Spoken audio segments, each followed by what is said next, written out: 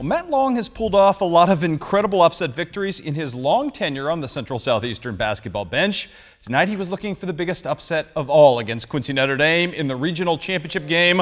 On his home floor, nothing would help the Panthers tonight. Quincy Notre Dame in seek and destroy mode. It starts right here with Shannon Foley working the baseline, and that, my friends, is a circus-style scoop shot. It was that kind of night for the Panther defense. This kind of night for Cassidy Gangenbacher, who was a fire from the outside. Knocks down the three, gets a little defensive help right here from Jordan Frericks. Cassidy going to come free for two more of her game-high 20 points on the night. Everybody from Quincy Notre Dame contributing as the Raiders would jump out 37-7 at the end of the first quarter, I believe was the score. You will see Morgan Martin contributing off the bench right here with a knockdown jump shot. More to come right here defensively. That, my friends, Cassidy Foley kicking over eventually to Gracie Barnes, who gets the finish. I can't make this any prettier, Central fans. Quincy Notre Dame shows you why they are nationally ranked right now, number 48 in the nation, according to ESPN, as Quincy Notre Dame wins in a blowout tonight to advance to the sectional.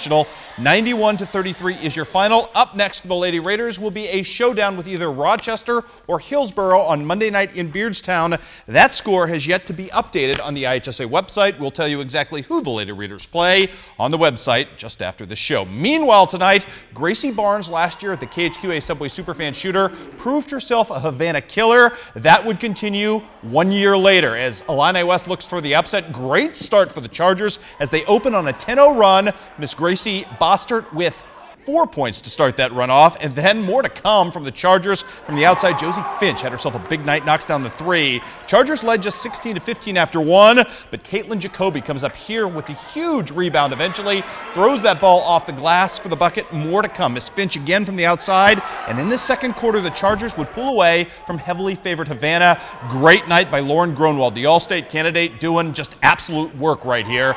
Taking the ball floor length, kissing one on the glass for 2 of her 17 points. She can post up as well, going, wow, with a beautiful shot up and under right here. And more to come from Gracie Bostert as Illini West does the deed tonight, upsets Havana and wins 58-51. Up next for Illini West will be a trip to Knoxville for a showdown with either Sherrard or Rockridge. That score to be determined tomorrow night at 7:30. Bad news in Class 1A for Unity as the Lady Mustang season comes to an end at the hands of Carly Beebe, the Quincy University signee, and South Fulton 62-49. Beebe had over 30 points on the night. South Fulton will head to Illini Bluff sectional to play either Illini Central or Springfield Lutheran. The route, Lady Rockets have eliminated a state champion. West Central is out. Alyssa Garden Company with a 55-47 win. Route will head to the Calhoun sectional and showdown with Josie Clockey, the All-Stater, on her home floor, as it would be Calhoun getting the win over Carrollton 45-42.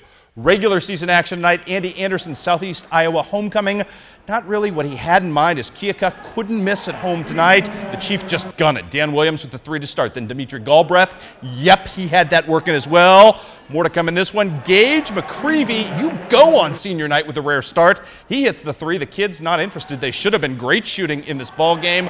More to come in this one. McCreevy again just knocking it down. He was in fact the ticket tonight. More to come right here. Dimitri Galbraith kissing one off the glass. You know what? There was just no stopping the Chiefs. Dan Williams has 18 points on this night, knocking down triples right and left. Nick Janney tries to answer, just too much of Keokuk in this game. Williams and company just delightful tonight as Keokuk wins going away in this one. 65-40 was your final there. Other boys scores on the night. Hannibal knocks off Fulton at home 60-41. Logan Hicks had 16 points there. Clopton knocks off Pleasant Hill 46-29. Marion County too much for Knox County tonight at the Brashear tournament. Clay Pollard leading the way with 18 points. And in Illinois, rough night for Macomb at home, losing to Monrose by the final count of 62-49. Keokuk girls in action against Canton. In the Gate City, sharing is a wonderful thing, or maybe not. You know what? All Keokuk in this game. Unselfish play, at least out on the floor. Meredith Marshall with the three. Kenny Schumann trying to keep Canton in this ball game. Knocks down the jump shot here, but Lakin Bolts had other ideas. She's been phenomenal of late. You will see her knock down the long three right here.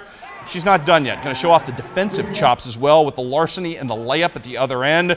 Great night for the Lady Chiefs as they just kept running Canton into the ground in this one. Alexis Lozano-Dobbs going to cap off our highlights with the felony and the free path to glory in this one as the Chiefs get the huge win. Final count in this one was 86-27. Other girls scores of note. Hannibal falls to Fulton at Fulton by 5. Scotland County a nice win over La Plata tonight. And at the Brashear tournament, Jessica Red leads Marion County past North Shelby 72-20. College college basketball now. First of all, one more for you. Quincy High girls lose on the road at Rock Island 50-37. Didn't want to forget that one. Quincy University at home tonight trying to do work at the expense of Rockhurst. They would do exactly that. The Hawks looking good in this game. Great defense right here by former KHQA Player of the Year Ryan Stuckman. Going to give it up to Courtney Belger for the easy slam dunk, and it was that kind of night for Rockhurst as Rock U had no real answers for the Hawks tonight. Everybody getting into the act from Marty Bell's crew. From the outside, Tommy Anderson, three-pointer requited. Nice stuff from him. Brandon McCann, the former Bowling Green star back in town, starting point guard for Rock U. Going to miss this one, and it is going to net a nice bucket at the other end for Jordan Watkins as Quincy University picks up the win and wins nicely. 75-61 is your final. Elsewhere, Western Illinois felled on the road by Southern Utah. The news not good for Culver Stockton as the Wildcats lose to Benedictine. Finally tonight, Quincy University women in action. Felicia Loggins, nice take against a Rockhurst team that was overmatched pretty much from the start. This game ugly on all counts, but Lucy Cramsey going to try to pretty things up from the outside, knocking down the three. Who else you're going to go to as well? Allie Schwagmeyer making her presence felt right here. Buckets get no easier than this. The Lady Hawks, again, were a little disjointed at times offensively, found enough to win in this ball game.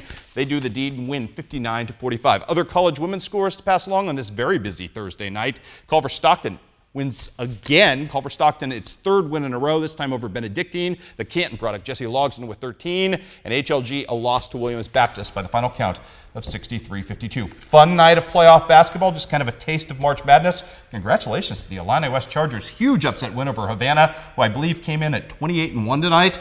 Number 2 ends their season. That's the way it goes in March Madness. That's the way it goes, and we'll be right back.